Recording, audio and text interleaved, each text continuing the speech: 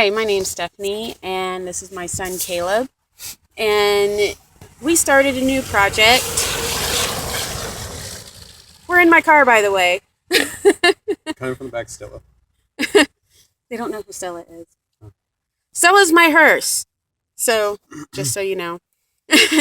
Anyway, um, I started a new project. I put up on the Salina area free stuff. Yeah, the Salina area free stuff. I pitched an idea of actually collecting warm things for the homeless and getting out there, finding who they are, and offering it to them. Um, the idea came from the fact that, first off, the area free stuff, it's there to help people who's in need. But the people who's in the need most can't get to the area free stuff. They can't get on, um, the Facebook. They can't find us. They can't say, hey, can I have that blanket? And, I'll just drive right on over there to get it. They can't do that because they don't have a way to get to it. They don't know when the laundry of love is, and they need to know so that they can have clean things. Um, they just, there's a lot of information there to help people that they're not getting a hold of. And we need to make them aware of that. We need to let them know where Laundry of Love is. We need to let them know who else is there to help that they wouldn't know otherwise. Um, you know, Also, we've been homeless before, and we know what it's like when it's freezing cold out and you're just trying to be warm. My family's been homeless quite a bit, and it's not fun. And we're aware that there's a lot of things that good hearted people who donate forget. Very important, essential things. People don't realize that even though you donate hats and coats, that your feet are still going to be cold because shoes just don't cut it alone. Um, People don't think of that because when you're outside and you're going from your car in your house, your feet aren't freezing. The rest of you is. But you stand out there for a couple days and you're going to find out how almost impossible it is to keep your feet warm. It's very hard. And for the homeless, if you lose your feet, you lose. You're done. If you can't walk, you can't get the help that you do know is there. You can't make it there. You lay there and you suffer, you starve, and you die. It's kind of like even in today's world, if a horse's foot, even just one foot, goes out, chances are very high it's going to get put down because there's not much they can do. And the homeless, it's even more desperate. Your feet are everything. Your feet are life and death. You have to take care of them. And people forget to give them socks. Um, Among other things, they use tarps, as windbreakers, tarps over tents. Um, they keep your stuff dry. Staying dry is a matter of life and death. People don't realize how important duct tape is. When your shoes have holes, you can patch them up with duct tape. Even when your clothes have holes, you can patch it up with duct tape. When your tent has holes, you can patch it up with duct tape. There's homeless people that's made shoes out of duct tape. It's not great, but it works. And it's something. And it's important. And I just wanted to do that. I wanted to gather as many things as I can, the things that people don't normally think about, the things that I know are so important. And I wanted to get out there. I wanted to actually find them, find their tent cities, find where they are, and offer this stuff to them. So we did that. One of the first steps was when I put the idea out on the Salina free list. I had an amazing turnout almost immediately. I had so many people saying, hey, I'm in, I want to help, and here's some ideas, and get a hold of me. I have stuff right now. I'm going to have stuff. And as much as we need to get a meeting together and be able to put stuff together, right now we don't have time for that. With it being Black Friday, yesterday it was sleeting all day long. It was raining. It was sleeting all night long. It's extremely, extremely cold right now. Like, my fingers holding this they're almost numb. we're pretty cold sitting back here in the back of my car. Um, and as you can hear the ice breaking, that's just someone walking by. And you can hear the ice breaking in the grass. That's how cold it is right now. Um, and people are in desperate need. So I started just asking who can donate right now. We do need to get meetings together. We need to put some stuff together. We need to figure out how we're going to work this as a group. But right now, they need help right now. Who can donate today? And I got a lot of messages. A lot of people were donating. We've pretty much spent our Black Friday going from house to house to house.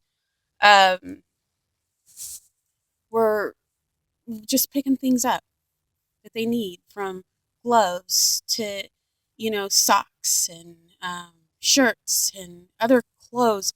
And even that is so imperative because layering is very important. Um, Someone had donated a box of books, and because I'm going to be using some of that to make gifts.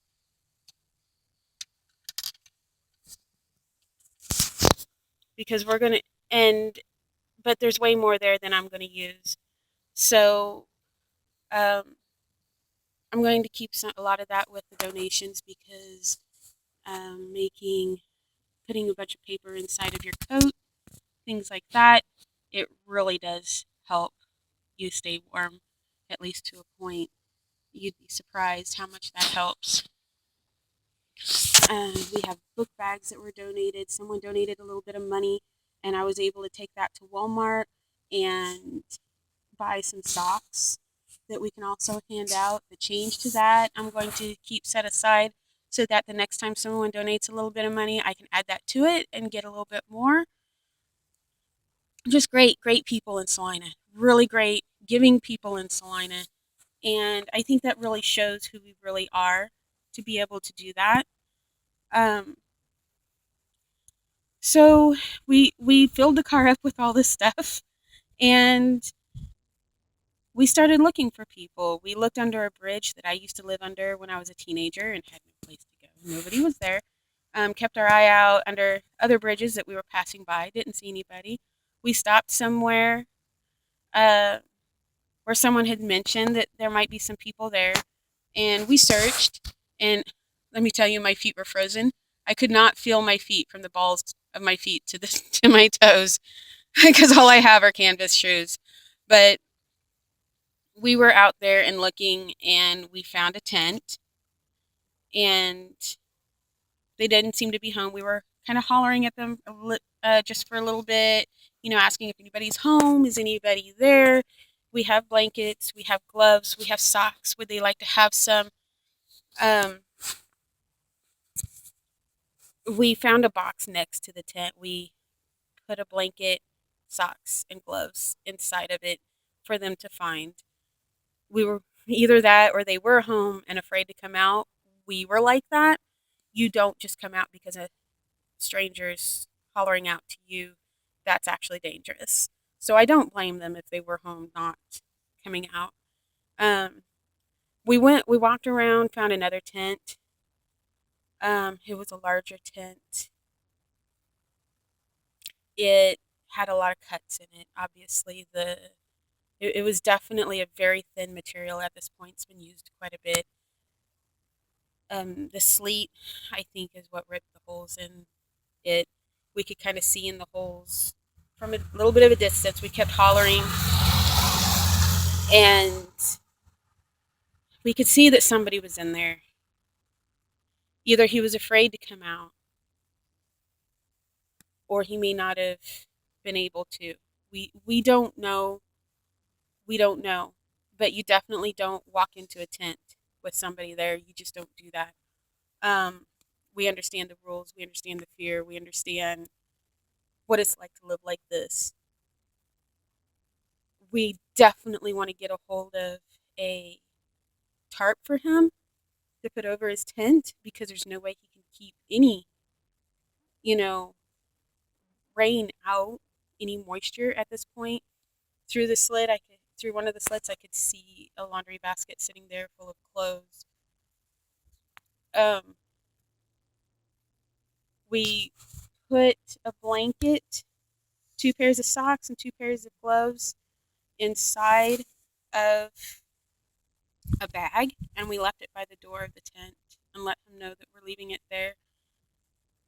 And we checked other places, checked an abandoned house. We didn't find anybody else today because we were running out of daylight. It's completely dangerous to do this in the dark. So, with the daylight leaving, we had no choice but to say we're done today. We're going to go check on the tents again tomorrow, and we're going to really hope that everything's been moved that we left. Um, we're hoping. Our worst fear is the big tent. Maybe the guy didn't make it through the night because it was pretty bad. We're actually afraid that that might be it. So we're hoping that the bag's been moved by the time we got there. Some of you might ask, well, why didn't you call the police? I'm going to answer that right now. People who have not been homeless don't understand this, but if he is deceased one more night, it's not, he can't feel it. He's not in pain anymore, and there's nothing anybody can do. However, if he's not, we desperately do not want to give away his hiding place. That's all he's got. And I don't believe that he would be treated fairly in our area. So I'm not going to. Also, it would give um, it would show where the other tent is sitting there, kind of close. And I don't want to give their hiding place away either. So uh, we're going to go back tomorrow and see if all this stuff has been moved, and then decide how we're going to handle it if it hasn't been. So keep them in your thoughts tonight, and I hope that they're really going to be okay. And in hopes that they are okay, I'm hoping I can get a hold of a tarp because he really needs one. He needs one really bad. So, Caleb, do you have anything you want to say? Yeah, that pretty much does it. Other than that guy, if he's still with us, he really needs that tarp. That tarp's going to be a matter of life and death. Everything that's in his tent is got to be soaked at this point, and that will kill him right there. So I don't know how to make sure everything's dry. We'll have to figure something out. So Oh, and maybe a little bit of a rope to go with that tarp so he can tie it down. yeah, we'll have to tie that down. So hopefully we'll have good news for you tomorrow. No. Bye.